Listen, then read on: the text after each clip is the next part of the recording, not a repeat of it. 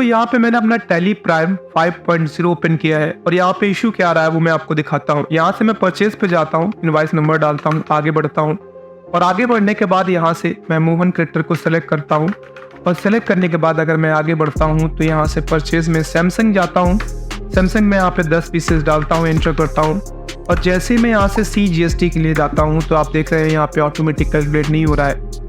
ऐसे में यहाँ से एंटर करता हूँ और अगर मैं SGST लगाता हूँ तो ये भी कैलकुलेट नहीं हो रहा है। अब क्या है इशू, अगर आप टैली प्राइम मेन टीज को पास करते हैं, टैली प्राइम 5.0 वर्जन है आपके पास, इससे पहले के वर्जन्स में ऑलरेडी मैं वीडियोस बनाकर अपलोड कर चुका हूँ कि अगर आप 4.0 यूज़ करते हैं, 3.0 यूज़ करते हैं, 2.1 या 2.0 है, उसमें अगर आपका GST कैलकुलेट नहीं हो रहा है तो आप क्या करेंगे। लेकिन चूंकि अब हमारे पास रिक्वेस्ट आई है कि टैली प्राइम 5.0 में अगर GST ऑटोमेटिक कैलकुलेट नहीं हो रहा है तो हमें क्या करना चाहिए, तो आज हम उसको देखेंगे। सिम चीज पहले आप यहाँ पे एक चीज देख लीजिए, अगर मैं C और S करके तो मैं आपको दिखा चुका हूँ, C और S में नहीं ले रहा है। यहाँ से अगर मैं वापस आता हूँ और मान लीजिए मैं यहाँ से I करता हूँ तो I भी नहीं ले रहा है। कैसे आप इस चीज को ठीक करेंगे, क्या है इसका प्रॉपर सही तरीका, टैली प्राइम में हम कैसे GST प्रॉपर सेटिंग्स करेंगे 5.0 में ताकि हमारा GST ऑटोमेटिकली कैलकुलेट होने लगे, आज के इस वीडियो में हम देखेंगे। तो चलिए स्टार्ट करते हैं, एक नए सिरे से एक नई कंपनी बनाते हैं और कंपनी बनाने के बाद हम प्रॉपर वो सारी सेटिंग्स करेंगे जो जरूरत है ताकि GST हमारा ऑटोमेटिक कैलकुलेट हो जाए। तो उसके लिए यहाँ पर मैं नए सिरे से एक नई कंपनी क्रिएट करूंगा। कंपनी क्रिएट करने के लिए यहाँ से मैं आऊँगा क्रिएट कंपनी पे और एंटर कर दूंगा। अब चूंकि मुझे यहाँ से एक असाइनमेंट प्रोसेस करना है तो मैं ऐसे ही एक नाम रख लेता हूँ, like AS group 5.0 private limited. बाकी यहाँ से एंटर करेंगे, एड्रेस डाल सकते हैं आप, यहाँ से घाटमपुर कानपुर नगर रख लेता हूँ। यहाँ से स्टेट डालेंगे हम उत्तर प्रदेश और बाकी की चीज़ों को फिलहाल आप भरे ना भरे आप ऐसे रहने दीजिए और कंट्रोल लेकर के सेव करा दीजिए।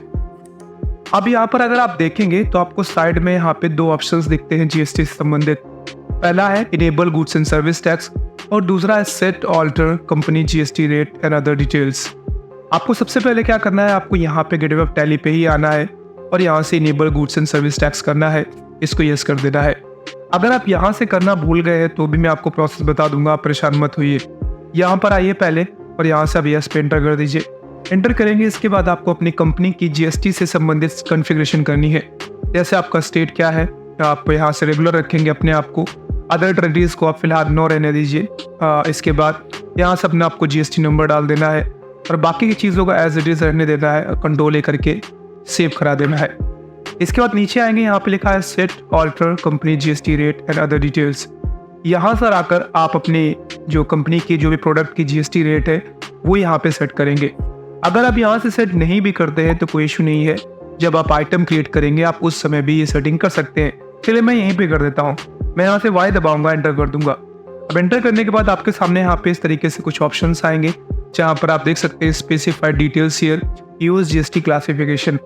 अगर आप यूज GST क्लासिफिकेशन का यूज करते हैं तो जब चाहे आप इसको कॉल कर सकते हैं और वो सेटिंग अप्लाई हो जाएगी। मैं यहाँ पे आऊँगा और यूज GST क्लासिफिकेशन पे एंटर कर दूंगा। अब यहाँ से क्लासिफिकेशन क्रिएट करने के लिए बोल रहा है, चूंकि अभी तक कोई GST क्लासिफिकेशन क्रिएटेड नहीं है।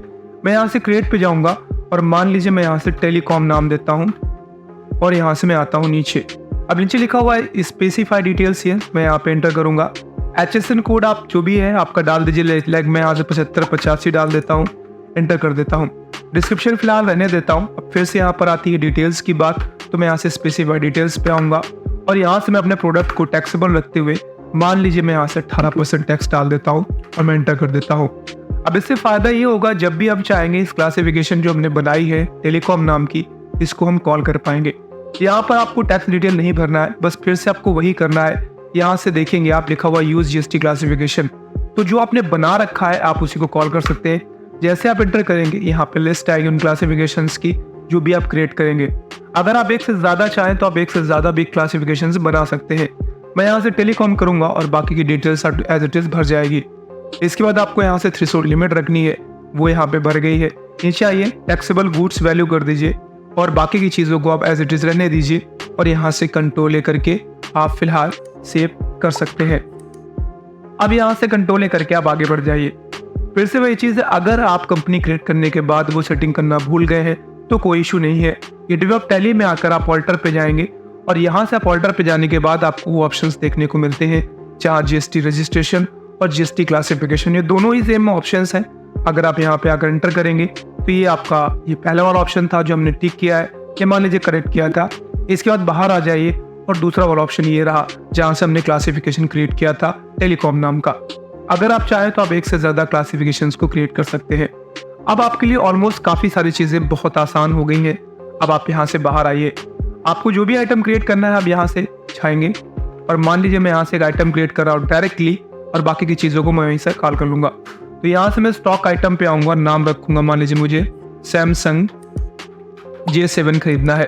मैं यहाँ से एंटर करूँगा, अंडर ग्रुप यहाँ पे मुझे डालना है क्रिएट पे जाकर सैमसंग, और मैं बहुत कुछ चेंजेस नहीं करूँगा, कंट्रोल ए करके सेव कराऊँगा। अगर आपको यहाँ पे कैटेगरी ना दिखाई दे, कैटेगरी आप चाहे तो आप उसके लिए फिलहाल कॉन्फ़िगरेशन पे चले जाइए और यहाँ से जा करके आपको कैटेगरी को यस करना है जो कि यहाँ पे नो है बाय डिफ़ॉल्ट। आप यहाँ पे यस कर देंगे तो आपको कैटेगरी भी दिखाई देनी शुरू हो जाएगी। अब आप कैटेगरी वाले ऑप्शन पे जाइए और यहाँ से क्रिएट पे क्लिक करिए और इसको यहाँ से मोबाइल कर लीजिए। इसके बाद कंट्रोल ए कर दीजिए और यहाँ से फिर से आइए और इसको पीसेस बना लीजिए। पी दबाइए, पीसेस फिर से हो जाएगा। आप यहाँ से कंट्रोल ए करके सेव करा सकते हैं। देखिए चूंकि आपने जीएसटी क्लासिफिकेशन बना रखा था तो आपने देखा यहाँ पे ऑटोमेटिक उन चीज़ों को ये अपने मन से ही पिक कर लेता है। अगर आपका ये यहाँ पे जो भी भरा हुआ डिटेल है आपके इस प्रोडक्ट से रिलेट नहीं करता तो आप यहाँ से यूज़ जीएसटी क्लासिफिकेशन पे जाइए और दूसरा बना लीजिए। बहुत आसान है। जैसे यहाँ से मैं यूज़ जीएसटी क्लासिफिकेशन पे जाऊँगा तो एक हमारा बना हुआ था टेलीकॉम, वही डिटेल भर गई है। अगर आपका ये प्रोडक्ट टेलीकॉम नहीं था, कुछ और है, तो अब यहाँ से यूज़ जीएसटी क्लासिफिकेशन पर जाकर दूसरा बना सकते हैं। मेरे केस में टेलीकॉम ही है तो मैं वहीं पे ले लूँगा और बाकी की चीज़ों को मैं एज इट इज़ रहने देता हूँ, बूट्स करता हूँ और कंट्रोल ए करके सेव करा लूँगा। ये सिंपल सी चीज़ थी। ऐसे ही आपको सारे के सारे आइटम्स को बनाते चले जाना है। जो भी आपके आइटम्स होंगे आप उनको बना लीजिए। बनाने के बाद आप यहाँ से बाहर आएंगे और अब आपको चाहिए लेजर्स बनाने। तो सीधी सीधी बात है, एक लेज़र जिसको हम परचेज कहते हैं वो तो हमें ज़रूरत पड़ेगी ही पड़ेगी। मैं यहाँ से परचेज कर लेता हूँ, कंट्रोल ए करके सेव कराऊंगा।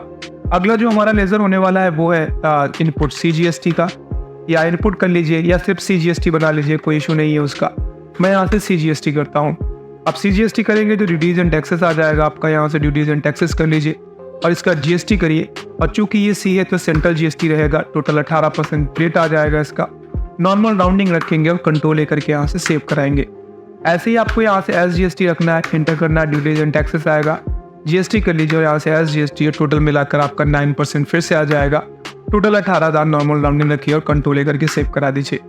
अब एक चीज़ याद रखिएगा, अगर सेम स्टेट ट्रांजैक्शन है यानी खरीदने वाला और बेचने वाला एक ही स्टेट से बिलोंग करते हैं तो लगता है आपका सेंट्रल GST और स्टेट GST यानी CGST और SGST। लेकिन अगर खरीदने वाले अदर स्टेट से हैं तो फिर IGST का यूज़ किया जाता है। तो मैं यहाँ पे IGST एक और बना लेता हूँ, ड्यूटीज़ एंड टैक्सेस रखूँगा, GST पे जाऊँगा और यहाँ से मैं IGST कोड करता हूँ, 18% रखूँगा। नॉर्मल राउंडिंग रखते हुए मैं यहाँ से कंट्रोल ए करके सेव कराऊँगा। तो ऑलमोस्ट अब काफ़ी सारी चीज़ें जो ज़रूरत पड़ने वाली हैं वो बन चुकी हैं। अब अगर हम चाहें तो डायरेक्टली एंट्री पास कर सकते हैं और एंट्री पास करते दौरान अगर हमें कोई चीज़ की ज़रूरत पड़ेगी तो हम वो वहीं पे क्रिएट करेंगे शॉर्टकट्स की सहायता से। तो मैं यहाँ से स्किप करके बाहर आऊँगा और बाहर आने के बाद मुझे जाना है वाउचर्स पे। अभी मैं एंटर करूँगा और यहाँ से एंटर करने के बाद आप देखेंगे आपका फिलहाल पेमेंट वाउचर सेलेक्टेड है। मैं परचेस करने वाला हूँ तो मैं परचेस पे जाऊँगा। परचेस पे जाने के बाद यहाँ पर आपको सप्लायर इनवॉइस नंबर डालना है, मैं यहाँ पे डालता हूँ और आगे आता हूँ। आप जिससे भी आप परचेज करने वाले हो आपको यहाँ पे उसकी डिटेल फिलअप करनी है। मैं क्रिएट पे जाऊँगा और मान लो मैं यहाँ पे डालता हूँ मोहन क्रिएटर। ये आपका संडी करेक्टर रहेगा। अब यहाँ पर एक चीज़ जो आपको समझनी है वो ज़रूर देख लीजिए नीचे आकर। मेलिंग डिटेल्स में मोहन क्रिएटर है, एड्रेस आप डालें यहाँ पे तो बेटर रहेगा। मेन चीज़ आपका स्टेट है, मोहन उत्तर प्रदेश से बिलोंग करते हैं और आपने देखा होगा जब हमने अपनी कंपनी क्रिएट की थी तो हम भी उत्तर प्रदेश से ही थे। यानी अगर मोहन के साथ जो भी लेन देन होगा तो C और SGST कोड किया जाएगा, यहाँ पर IGST नहीं यूज़ होगा। अगर हम यहाँ से स्टेट चेंज कर देते हैं मोहन का तो फिर IGST यूज़ होना स्टार्ट हो जाएगा। मैं यहाँ से एंटर करूँगा और कंट्रोल ए करके आगे बढ़ जाऊँगा। कंट्रोल ए करता हूँ, कंट्रोल ए करता हूँ और फिर मैं यहाँ पे आता हूँ, परचेस करूँगा। अब यहाँ से जो हमने सैमसंग फ़ोन बनाया था मैं यहाँ से एंटर करूँगा और मान लीजिए मुझे उसकी 10 क्वान्टिटी खरीदनी है। रेट में डाल देता हूँ मान लीजिए 12,999 रुपये, एंटर करूँगा। इतना करने के बाद आपके और भी अगर प्रोडक्ट्स हैं तो वो आप यहाँ पे फिलअप कर लीजिए। फिलअप करने के बाद एक बार और एंटर मारिए, नीचे आ जाइए। अब यहाँ पे जो भी आपका टैक्सेबल अमाउंट है वो कलेक्ट हो गया है, इकट्ठा हो गया है। अब यहाँ से आप सी दबाइए, ध्यान रखिए आई दबाएंगे तो आएगा भी नहीं, सी दबाइए और यहाँ से एंटर कर दीजिए।